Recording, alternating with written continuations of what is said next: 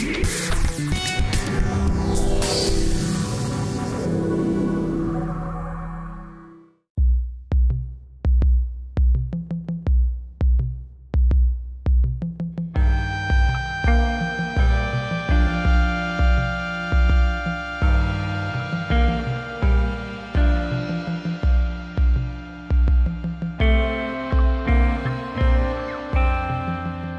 Greg Abrahams from Original Swimming Party.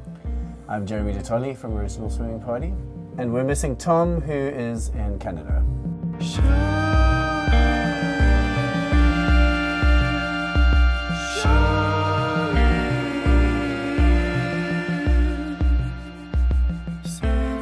I started playing guitar when I was in high school, about 13. I don't even remember what sparked like, my love for music, but here I am.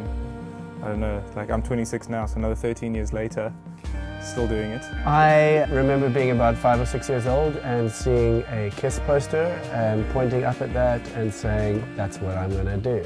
And I started guitar lessons when I was roughly the same age, probably 12 years old, joined the choir and never really stopped.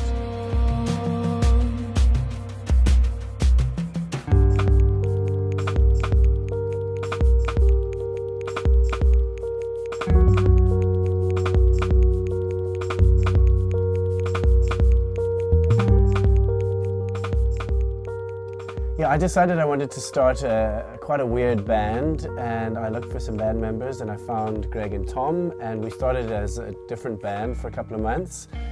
And then something new emerged that was rather unexpected. So we just changed our name and became Original Swimming Party, and we really, I suppose, started Original Swimming Party together as a unit.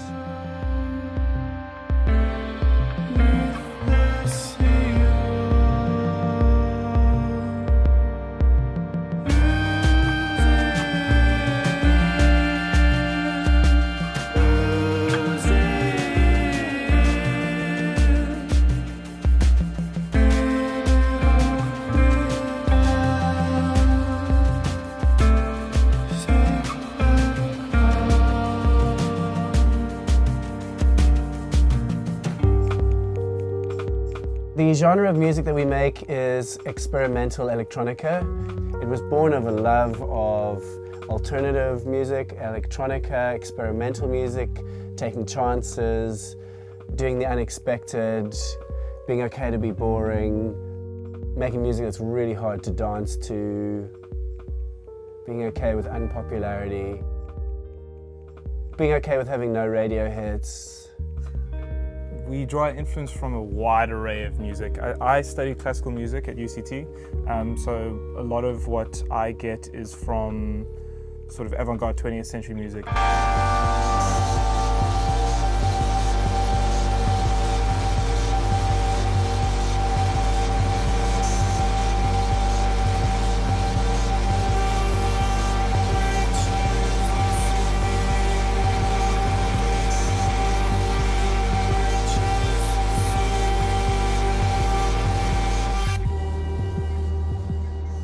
So in terms of opportunities, I think now is a great time to be South African and African.